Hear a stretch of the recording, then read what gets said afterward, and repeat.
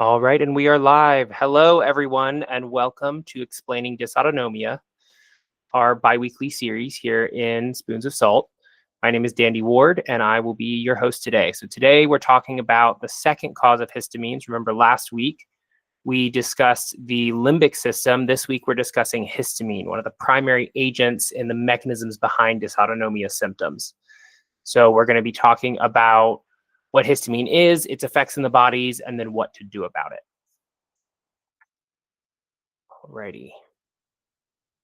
So starting, because it's a recording and people might just be joining us, who am I? My name is Dandy Ward. I am a health and wellness coach and a chronic illness management specialist. I have been in the field for 5 years. I specialize in chronic illness and neurodivergence.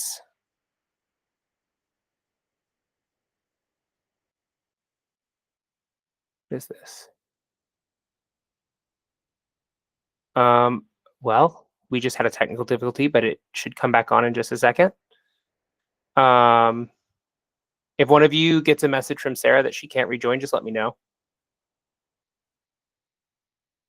Alrighty, so I am currently in my master's grad program in dietetics. So I am getting that program to the end result of becoming a functional dietitian, allowing me to do genetic testing and blood work for enzyme deficiencies. And that's kind of the end goal of the practice. Right now, when I want to do those things, I outsource them.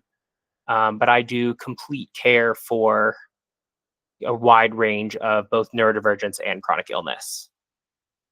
So my background is in nutrition science with focuses in wellness and biochemistry. Alrighty.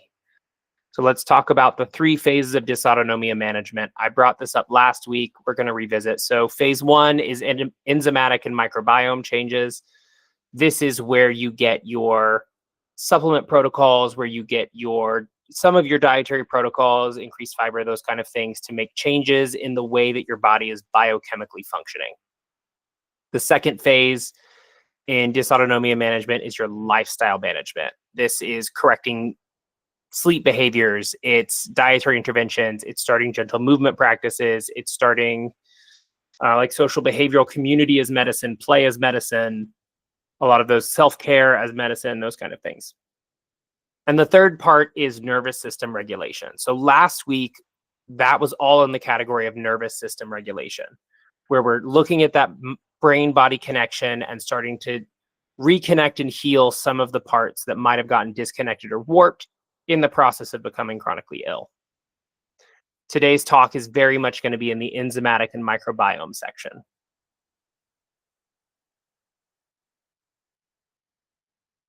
All right, so we are starting with what is histamine. And right before we do this, I'm going to pause for a second and just make sure that Sarah can get back in.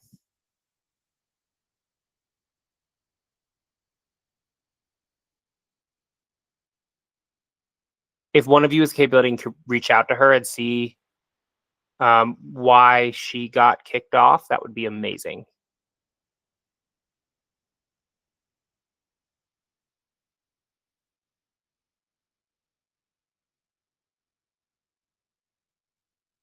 In the meantime, because we're recording, I think I'm going to continue and then we'll catch her back up once she returns. So what is histamine?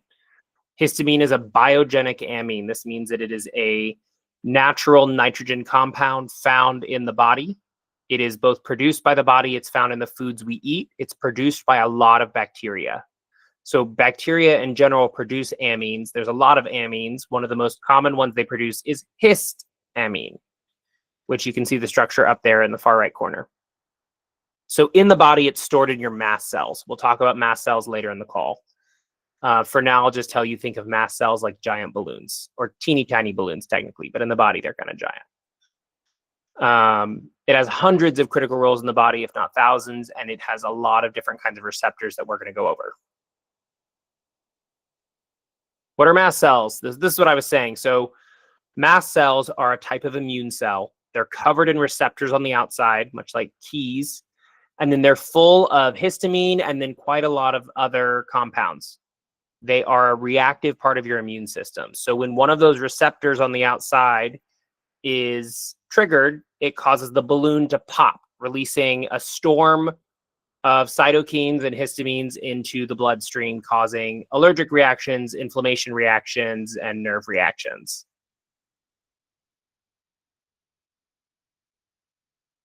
So,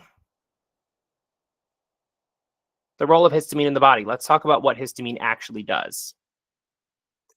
So first we have histamine in the immune system. So histamine is a natural chemical messenger in the body. We have a lot of chemical messengers. Histamine sends a lot of different messages. Some of them are positive, some of them we see as negative, even if they have a purpose. As I said, they're stored in mast cells, and when your body senses a trigger, these cells release histamine.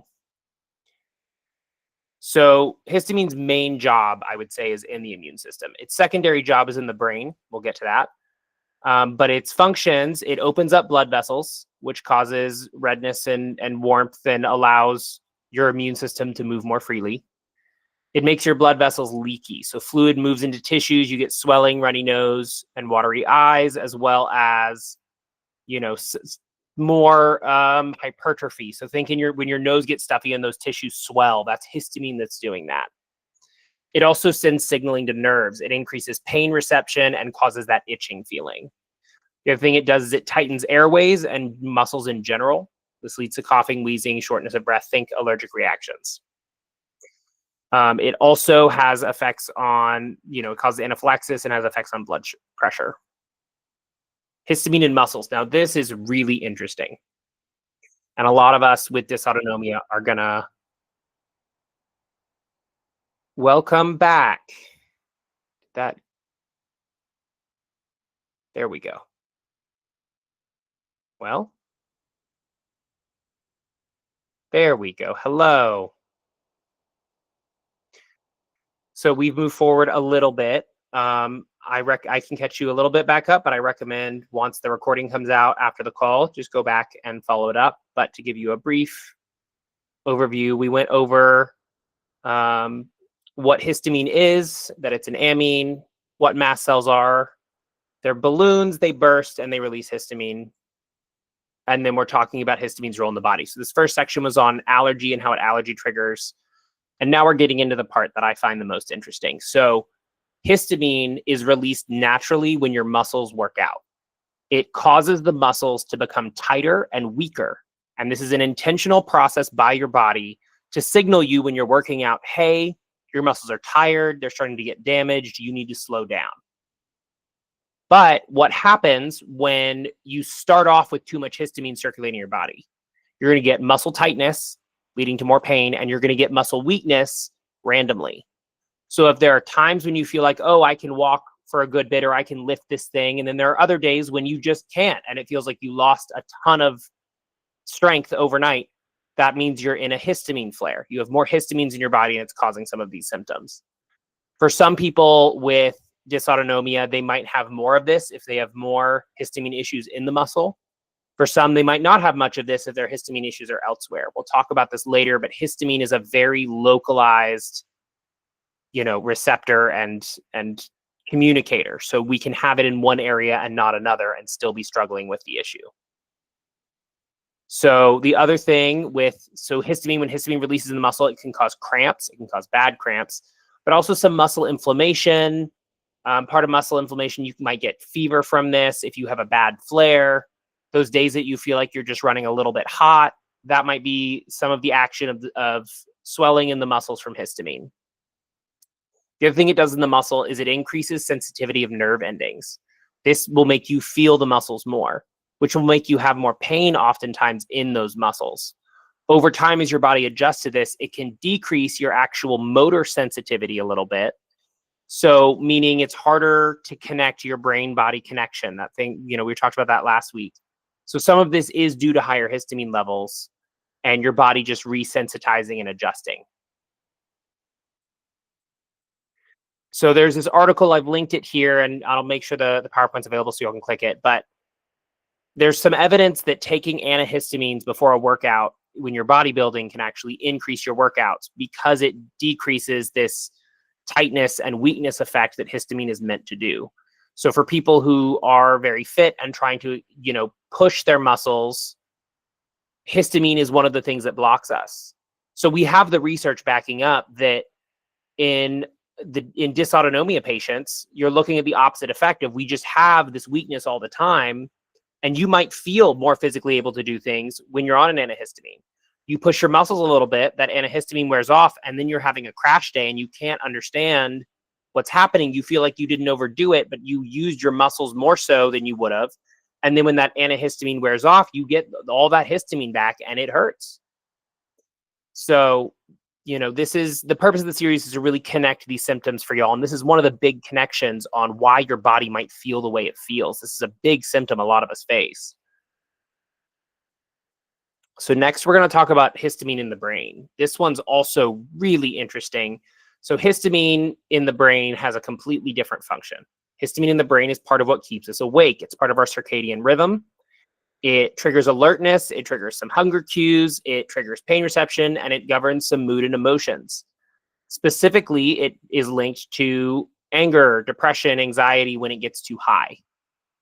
So I'm going to give a rather personal example of this, but there's a medication for narcolepsy, which I have, that's histamine based. And not understanding when I started taking it that my histamines were naturally too high, I started taking it, and within days to weeks, increased anger, increased irritability, really bad depression, dark thoughts that I'm not used to. And the second I hopped off of it, they all went away. And it helped me really understand on a personal level how much histamine flares can affect my brain and my moods, and cause me to have these cyclical moods that aren't extreme, but they're just enough that, when I'm having a histamine flare, I become aware, oh, I might be more irritable, I might be more depressed, I might be, those things. High histamines in the brain are also really tied to insomnia. They're also very tied to brain fog. So, last week we talked about how chronic fight or flight can cause some of this as well. Well, chronic fight or flight and histamines are two different pathways that are causing this that work in tandem. This is why a lot of dysautonomia management is so tricky and so personalized, because you have to work in multiple systems at the same time and work with someone who understands multiple systems at the same time. And unfortunately, a lot of our doctors don't have the time to work with you in doing that, and don't have all the pieces of that puzzle. They only have certain pieces. They only deal with diagnosis and prescription.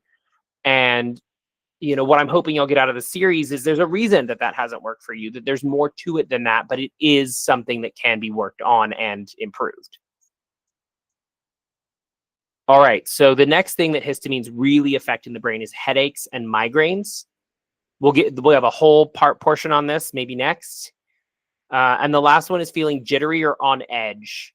Some of that kind of ADHD feeling, fidgety, I can't sit still. Some of that might be histamines. There's other hormones that do this. So you have epinephrine, you have cortisol in the brain that also causes histamine, is one of these. Histamine in the gut. So your digestive tract is probably the biggest source of histamine in the body. It's where we absorb a lot of it. The body makes it, but a lot of it we do get from food. So most of your immune system lives in your gut, a huge portion. And that's because, your gut lining, your intestines, and your skin are the two parts of you that are exposed to outside threats the most often. The difference is that the skin is a protective layer and your gut is an absorption layer. And so there's so much of your immune system that's continuously protecting you. And when it gets thrown out of whack, everything gets thrown out of whack. So other things histamine does in the gut, before we get into some of the absorption effects, your body uses histamine to trigger stomach acid release. What does this mean? When you first eat food, the first chemical that goes off in your stomach is histamine, triggers HCl, stomach acid, to start pumping, to start digesting that food. Well, if you have too much histamine, it means you can get too much stomach acid. It means you might get things like reflux or an upset stomach when eating, or ulcers can be a possibility if that stomach acid is too high and the mucin production is too low. When we move down through the intestines, histamine is involved in the movement of gut, your peristaltic action. What this means is you have a histamine flare, you might get too much peristalsis. This can be diarrhea. This can be nausea. This can be cramps. On the flip side, too much histamine for too long can lead to constipation. So it's really a balancing scale of what histamine is going to do. It has a lot of effects. So in the gut, Histamine is found in foods, and it's generally broken down in the gut by an enzyme called DAO, which we'll talk about in depth later. But histamine is in foods, as I said, because bacteria make it. And there's going to be, that's relevant later when we talk about treatment. Histamine and blood flow. So histamine is a vasodilator. This means that it expands blood vessels. When we're looking at POTS symptoms, if you have too much histamine flowing through your body and all of your blood vessels, or blood vessels in specific regions even, are over dilated, well, when you stand up, your body's natural reflex is to constrict your blood vessels in your trunk or your legs and your lower body to help push that blood up so that your heart can maintain it. Well, if your body's fighting against that histamine reflex and your vessels are staying too wide open, you're going to have syncope. You're going to stand up and get lightheaded because the blood can't be pushed up because your vessels aren't constricting. That's part of POTS symptoms right there. It also, again, has associations with kind of that leaky gut. I don't love the term leaky gut. I think it's one of those, much like fibromyalgia, it's one of those things that certain medical providers say when they don't know what's wrong with you. I think a lot of what has been called leaky gut can actually be explained way better by histamine intolerance. But in larger amounts, histamine it drops blood pressure and it messes with those vessels. So dizziness and faintness are also symptoms of having a histamine dump. These should all be familiar to anyone with dysautonomia. This is something we deal with every day. And there are reasons that histamine happens in dysautonomia that we'll get to. Histamine and migraine. So I touched on this earlier, but what's happening when you're having a migraine is that the blood vessels in your brain are spasming. They're opening and closing. And what that is histamine is trying to keep them open and your brain's trying to close them. And so you get this spasm effect and it hypersensitizes, parts of you. It causes the light sensitivity, sound sensitivity, but a large portion of migraine medications are antihistamine based. They're not type 1. It's not the same type of antihistamine as you take for allergies, right? It is still an antihistamine. So it also, because histamine is an inflammatory signal, when you have too much histamine in the brain, you're going to get inflammation. You're going to get some immunomodulation in the brain. It's going to fog things up, cause a lot of the symptoms that we associate not only with migraine, but with living with dysautonomia in general. But we've seen more and more that people who have histamine intolerance or MCAS are the ones that are prone to migraine. So piggybacking off of this, anyone with migraines can tell you, anyone with migraines and an estrogen-based hormone system can tell you that at certain parts of the estrogen hormone cycle, you're way more likely to have migraines. And that's when your estrogen's high, because estrogen is a histamine releaser. Your histamines naturally increase when your estrogen is high. This is part of the reason that we find more estrogen or female people have histamine issues than testosterone dominant people.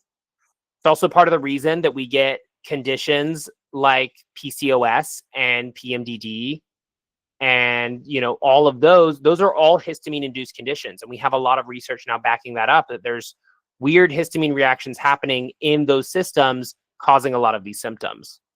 Back before, when we talked about histamine's effect on the brain, PMDD, your estrogen goes up, your histamines go up, you're more irritable, you're more reactive, you're more depressed, you're more, that matchup is 1-to-1. And it's maybe not the only cause, but it is a major one of them.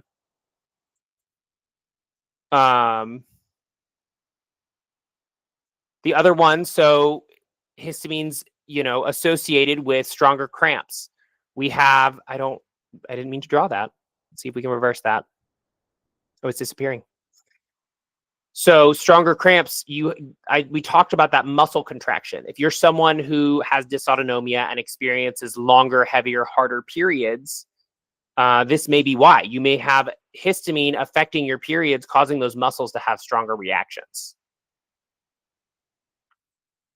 You might also see increased allergy symptoms right before or during menstruation. Okay, I'll be right back, and then we're going to get into histamine intolerance.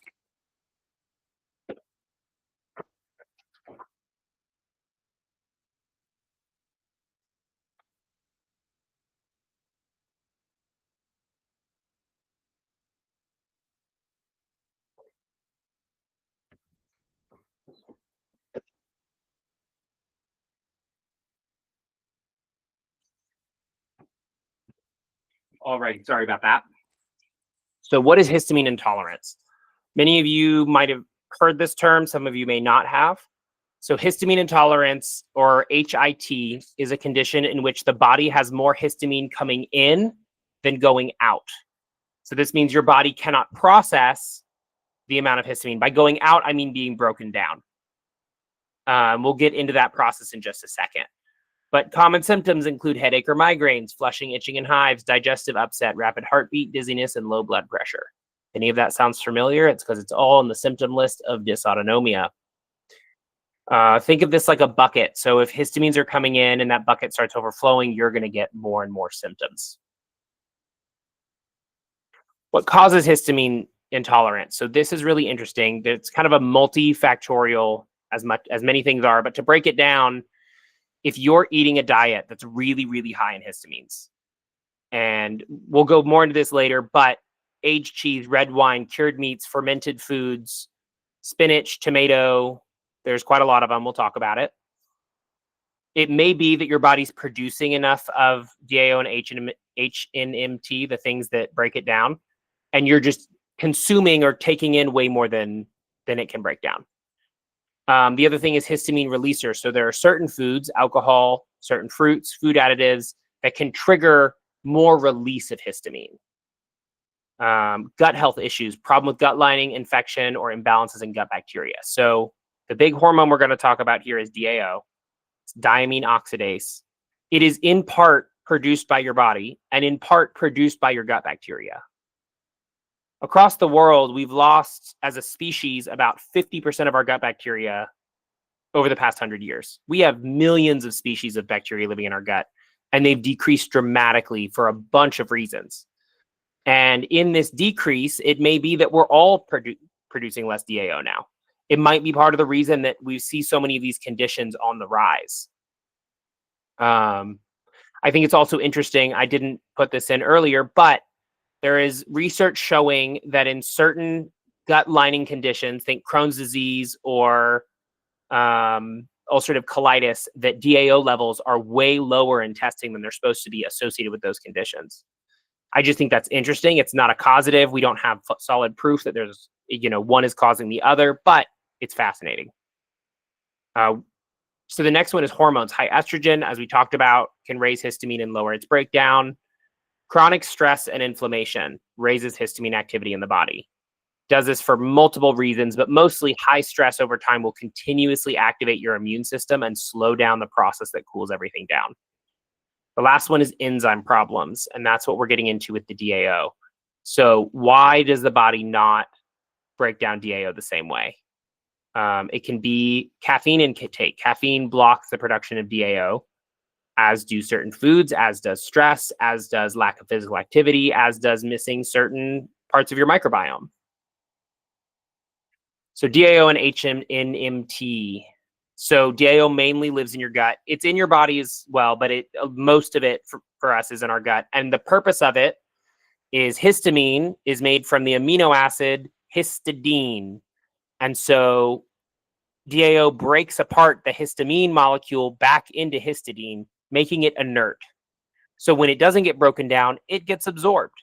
And then our body has to do something with it. And so it puts it into mast cells. And then your mast cells fill up, the body makes more mast cells. All of a sudden, you have too many of these immune cells sitting around. So even a small reaction is going to burst too many of them and cause larger and larger histamine reactions. The next one is histamine in methyltransferase. So this is the enzyme that happens in tissues when you get an allergic reaction, or in your muscles or in your lungs, that histamine's released. It can't just sit there forever. It's not supposed to. And so HNMT is what breaks it apart in the body. HNMT there's a process that your body uses to make it. It requires methylation. See that methyl in the transferase. So next week, we're going to be talking about the MTHFR gene and methylfolate and the body's methylation process and how that is tied to all of this. So if you're having methylation issues, which is very connected to this whole process, you'll see that when we get into the genetics. you're going to end up with high histamines because you just don't have enough H&MT and not enough DAO.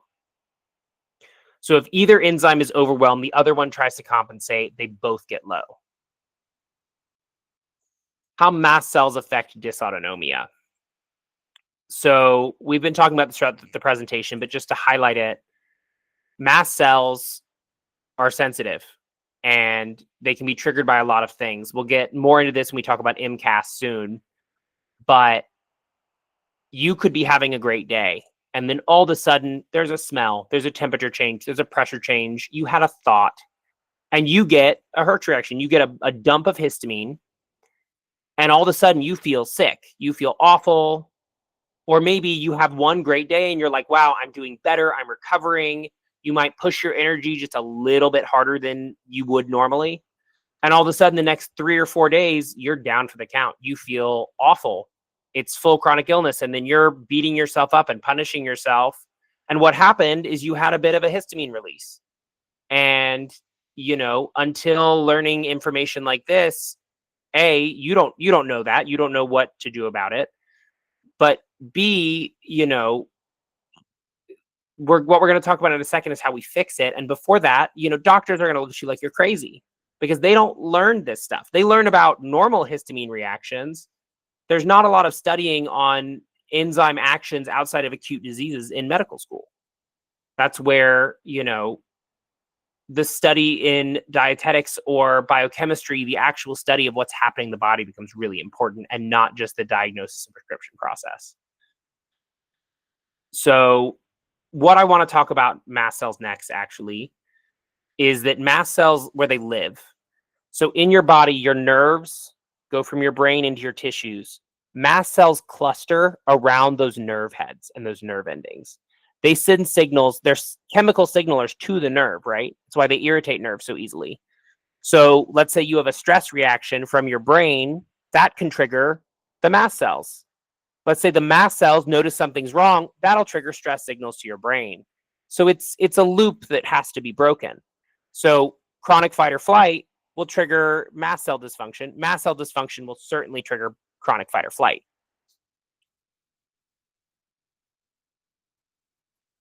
Okay, histamine intolerance versus MCAS. This is a pretty important one. I feel like MCAS has really been building in terms of popularity on the internet. I see more and more people talking about MCAS, and half the time I think what they're talking about is histamine intolerance, and they are technically separate conditions. They overlap a lot, and one can feed into the other.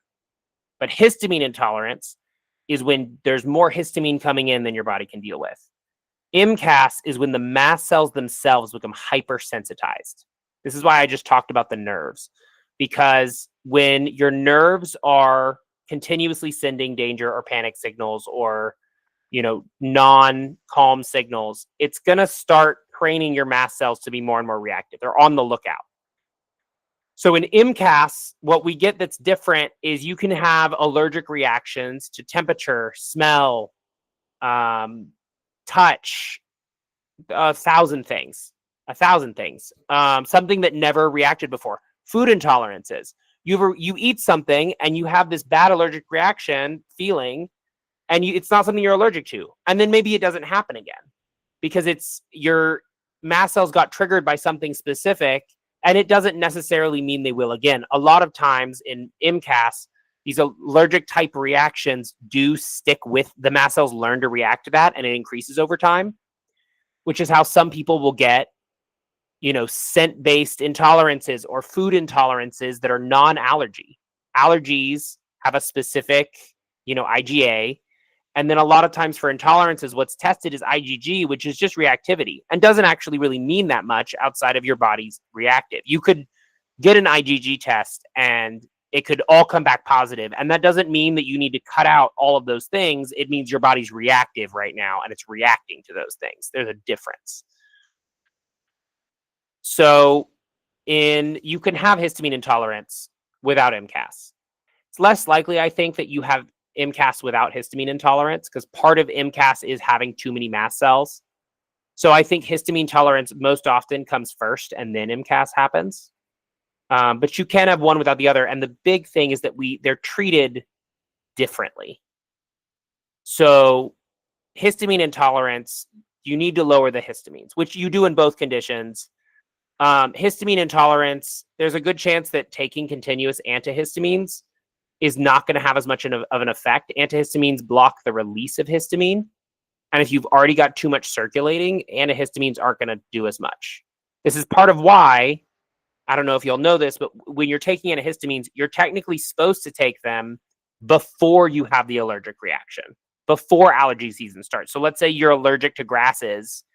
The best way to use antihistamines is you start taking them a week to 2 weeks before the grass pollen season starts. That's what actually protects you from developing the allergies. Once those histamines have been released, the antihistamines don't do as much. They stop more from being released, which then eventually slows down and stops the reaction.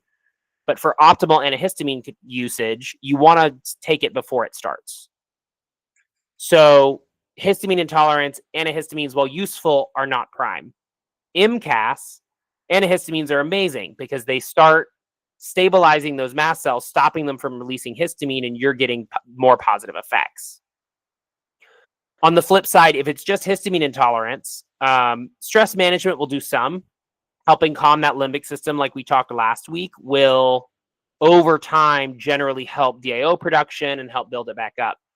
MCAS, in order to start reversing some of what happens in MCAS, you have to have a better vagal response, a calmer nervous system, because it takes a long time to retrain those mast cells. Mast cells have a lifespan, and when they die, they're replaced. Well, in order to retrain them, you kind of have to stay in a calmer state and do that work as they're being replaced to calm them down over time.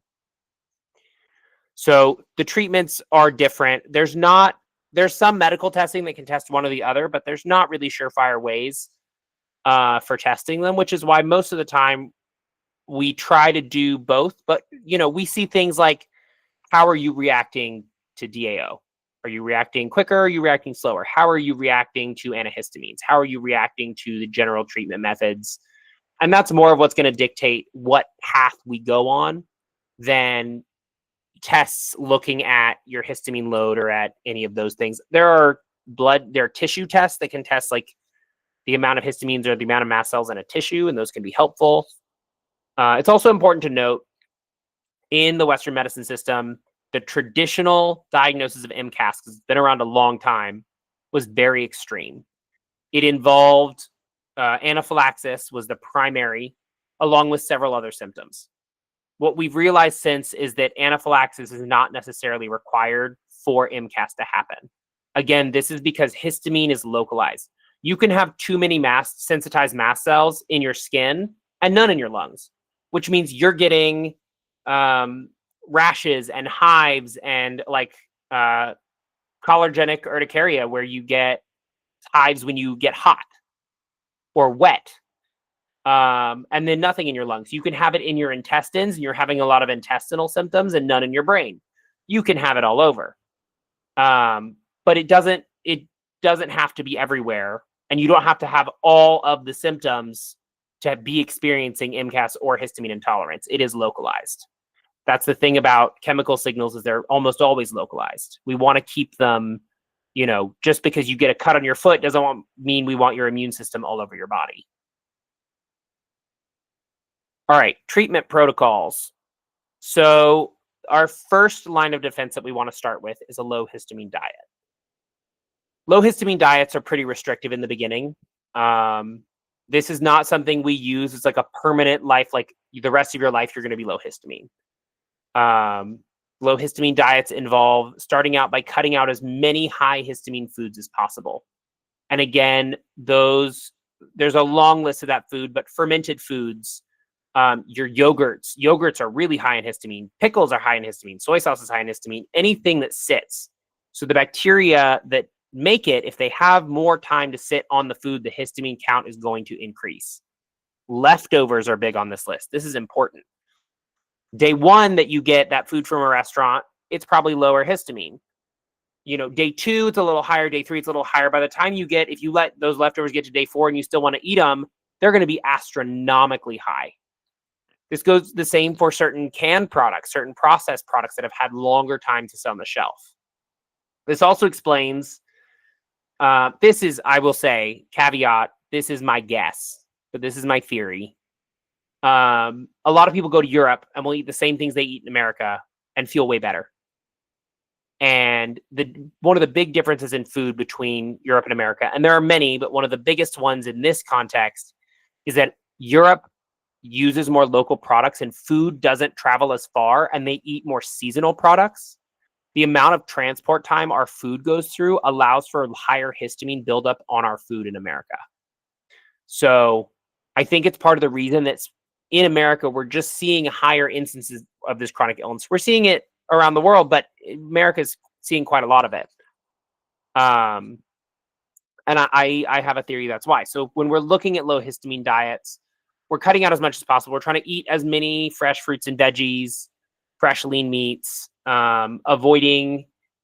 There are certain things. The weird ones to me are spinach is really high in histamine just because the bacteria that like spinach like histamines, and tomatoes are on that list. Wheat is not on that list. Gluten is not generally high in histamine. I think there's this big reaction that gluten is evil, and some people do have reactions from it. Even if you are having a reaction, it's because it's generally a reactive protein, not because it's high in histamine. So you can eat gluten on the low histamine diet. But so that's kind of phase one, is we start getting your actual intake lower. The next thing we want to do is get you on a DAO supplement. You can get DAO off Amazon right now. It is an over-the-counter supplement. There's prescription strength.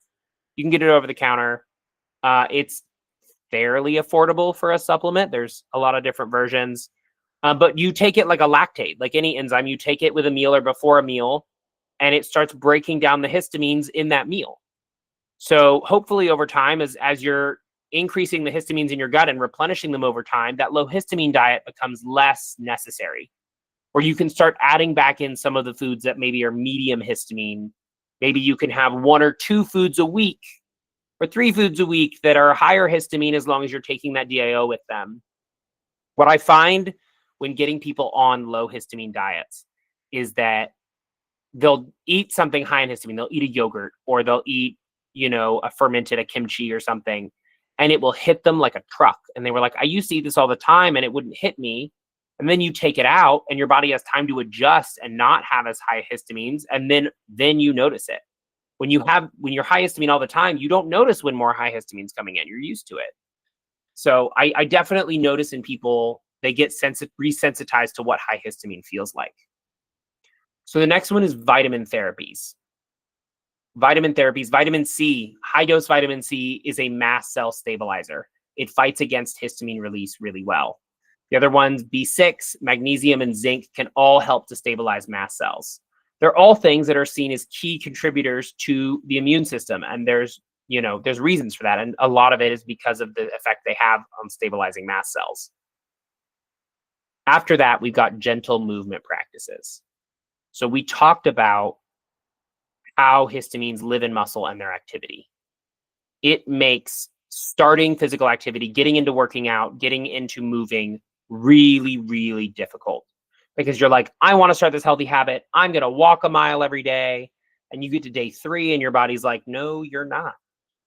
So it's really important to be working with someone that understands this, that can help you generate a gentle movement practice that's very slow in the beginning. It's frustratingly slow, but it's necessary, because the more we readjust your body to gentle movements, the more it's able to get to medium movements. The more it adjusts to medium movements, the more it can get into intense movements without having those same histamine reactions. Now, again, this practice is secondary because we've got to lower the histamines with DAO and low histamine diet and methylation support, which again is next week. And then getting into this gentle movement to start, honestly, intentionally popping some of those mast cells in our muscles, having some intentional releases that are very small and controlled. Well, and then they're not getting replenished at the same rate because you're not taking in the same amount of histamine. Over time, you have less histamine in your muscles. Your muscles aren't having the same reactions, and you're feeling more back to normal. The next one is sleep rehabilitation, and this is so important. So I mentioned earlier that histamine is part of your circadian rhythm. Your circadian rhythm is a process that happens in every cell of your body at once. It is not a brain thing, it is a body thing. And it is connected to your eating patterns. It's connected to your light exposures. It's connected to your mental patterns. There's all these things that can affect it. Most of us at this point have dysregulated circadian rhythms. And getting that sleep rehabilitation and correcting circadian rhythms does a huge effect to stabilize mast cells because it normalizes some of your body's normal, healthy histamine processes. So in the last one, and again, this was a lot of what last week was about, but it's about stress management. It's about calming down that limbic system. It's about, practicing breathing techniques, practicing relaxation techniques, getting yourself out of fight or flight to desensitize those mast cells. So I am a lifestyle provider. So I live in this first slide. This is a lot of what I do. The second thing we do is medical interventions. Now, some of this I work a little bit with, like antihistamines. I'll recommend them. I won't prescribe anything. I'll educate you, and then you can make a choice on what you want to do. And I'll provide you information that's scientifically validated. But for most people living with histamine issues, H1 and H2 blockers are essential. So H1 blockers are your traditional antihistamines, Zyrtec, Xyzal, all of those. H2 blockers are your stomach acid medications. Think, I believe it's Zantac or Pepcid. They have secondary functions. There's other medications. Benadryl is technically, I believe, an H1, but it also can cross the blood-brain barrier, which is why it makes you sleepy because it decreases the histamine in your brain. There are other H2 blockers like Dramamine, which deals with dizziness. That one's something that happens in the brain as well. So all antihistamines are different, but a lot of times the combination of having an over-the-counter H1 and an over-the-counter H2 is really helpful in the especially initial treatment of MCAS and HIT. The next one is mast cell stabilizers. So these are only by prescription. They are immunomodulators. They're pretty intensive medications. If you can manage to get an actual MCAS diagnosis from a doctor, this is something they might prescribe you. From my understanding, there's only a handful of doctors in the United States that actually singularly specialize in MCAS. There's one I know about in New York. I cannot think of her name at the moment. It'll come to me. And she's booked out for like probably 10 years. I mean, that's all she does is MCAS. And she's lovely. But that's where I first learned about mast cell stabilizers, from a talk she did on how she manages it. So the next one for medical interventions is prescription DAO enzymes. So we talked about DAO. You can get it over the counter. There's a prescription. It's not necessarily any stronger or weaker. It just can be prescribed. Other medications that support. These are ones that I find tend to be prescribed to people with dysautonomia. The big one is corticosteroids or steroids in general. The number of clients I have had that have said, my doctor just keeps putting me on steroids and keeps putting me on steroids because steroids turn off some of those immune receptors and they make you feel way better. They make you feel more energetic. They make you feel great. They come with a crash. They come with some consequences. They come with weight gain. They're very short term and they're meant for severe reactions. They're meant, if you have some on hand, it's for when things get really bad. But as much as we can, we don't want to depend on them. So all medical guidance is key. Anything I'm doing and recommending, I'm going to want you to be with a provider that listens, that can work with you on finding medication-based solutions to go along with lifestyle solutions. I will never say that lifestyle medicine is the highest or best form of medicine or that Western medicine is bad. Both are required and necessary to have a functional health system. All right. This slide is out of order, but that's okay. So we talked about histamines in foods before, and I listed some of them. We'll get into a little bit more of a complete list. Aged cheeses. Remember, aged cheeses are sitting around for a while, so they have time for bacteria to make those histamines. Fermented foods, again, sitting around a while, and they're fermented by bacteria or yeasts. Cured meats, salami, pepperoni, bacon, All of these cured meats are able to sit around much, much, much longer than fresh meats. This also includes lunch meat. Lunch meat is high histamine. The worst offender, though, for histamines is canned meats. Of all the lists, canned chicken, canned tuna, I don't know what else is canned. Is there canned beef? All of them are going to be really high in histamines. Any bacteria that's feeding on a protein is going to have an easier time making the histamines, and they're going to make more histamines. Alcohol. So alcohol that's cured will develop histamines. Even though alcohol is abiotic, you will still end up with more histamines in alcohol, and alcohol will trigger histamines. Alcohol will also block the production of DAO, much like caffeine will. There are other things. I hope I have it in a later slide. Otherwise, I will make a post about it of other things that block DAO absorption. But I have a handout on it that I work with clients on. So vinegar-containing foods, pickle, ketchup.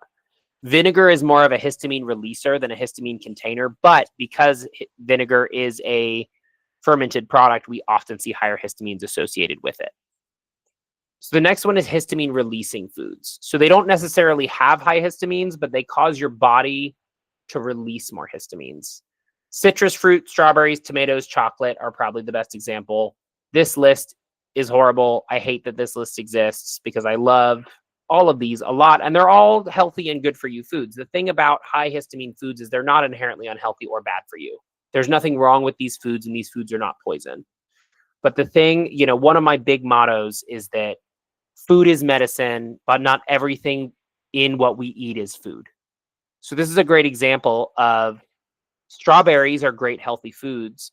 Histamine in strawberries, or the histamine released by strawberries, is not necessarily good for someone who specifically is dealing with this issue. Does this mean you never eat a strawberry again? No. This means you work on correcting the issue and maybe eat less strawberries in that recovery process. And then when we get you back to regulated DAO levels, regulated H&M&T levels, regulated histamine levels, strawberries aren't a problem anymore. This is back to low histamine diets. So it's restrictive in the beginning. It's doable, and there's a lot of great meals you can make that are low histamine. I have whole lists of meals that eventually, probably once I conclude this series, I'm going to start another that is going to be about low histamine cooking, and it's going to be about, I'm going to do some vagal toning exercises on video for y'all, and some workshops in that. So that's what comes after this series is some treatment stuff. So get ready for that. So we've talked about what those foods are. The big thing I want to say about the low histamine diet, you've heard what I've said. You can look up a list online. Every list online is different. People say wildly different things about what histamines are in what foods. You can end up trying a low histamine diet on your own and very malnourished. You could end up cutting out a lot of foods and a lot of minerals and vitamins that you need to fight the histamines. If you want to do a low histamine diet, I cannot stress enough, work with a nutritionist, work with someone who understands the process. Don't try to do it all at once. Cut one thing out at a time. Make sure you're comfortable with your diet. Make sure you're comfortable with how it feels, with how your body feels. The second that you're getting to that point where you're like, well, I can't eat anything now, it's going to trigger negative food associations, which can be connected with disordered eating patterns. It can be connected with, when you have crash days or binge days where it's like, I haven't eaten any of the things I love in 2 months, and now I'm going to eat it all in one day, and then you get really, really sick. All those things are common. And so working with someone that can help you do this, safely and without feeling like you're losing part of your life to a low, any kind of diet. And this is true of any restrictive diet. I generally am very against restriction-based or elimination-based diets because they don't often work well.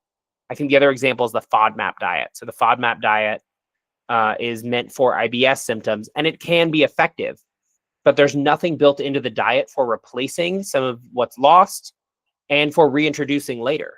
And it might make the symptoms better, but it's not curing the source a lot of the time. And a lot of that source in the low FODMAP diet is gut dysbiosis, SIBO, and histamine issues. So in any time you're doing an elimination diet, you want to have other therapies correcting the issue while you're doing that. So with this, it's DAO replacement. It's also probiotics. It's very, specific kinds of probiotics meant to combat histamine intolerance.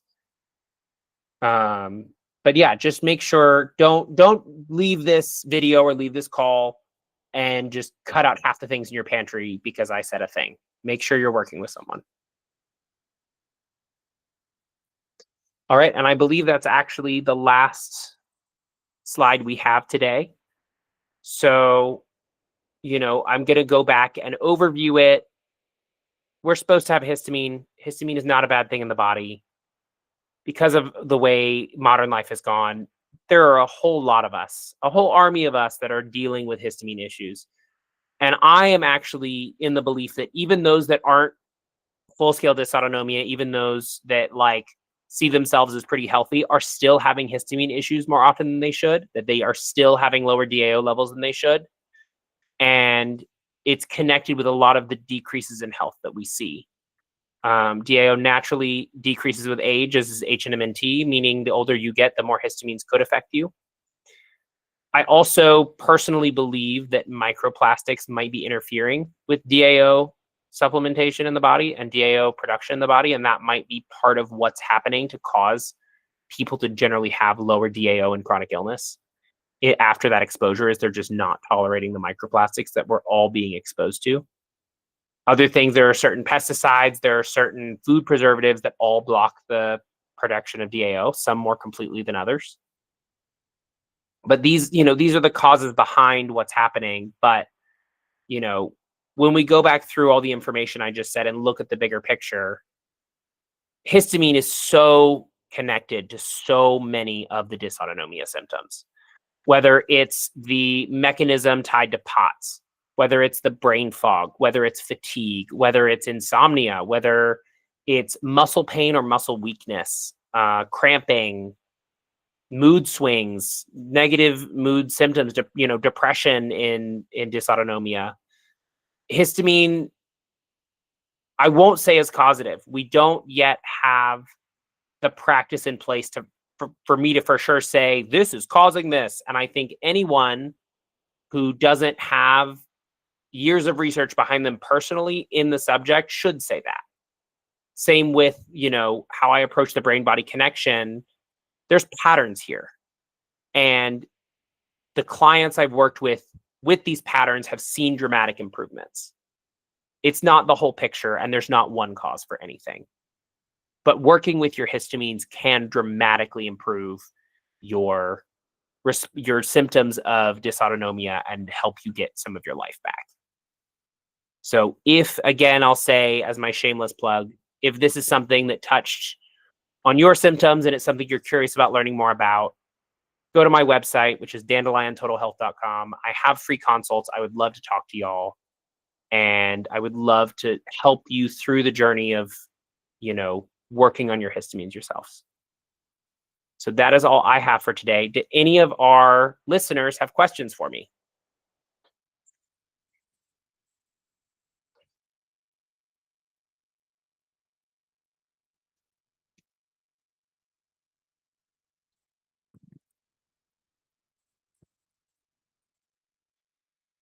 I guess not.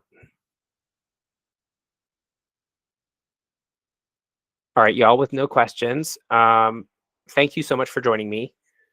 This has been recorded. I will get this up on YouTube as soon as I can, and then get it out I'll post it in the Facebook group, the YouTube link, so that anyone else who wants to watch it can join us in this.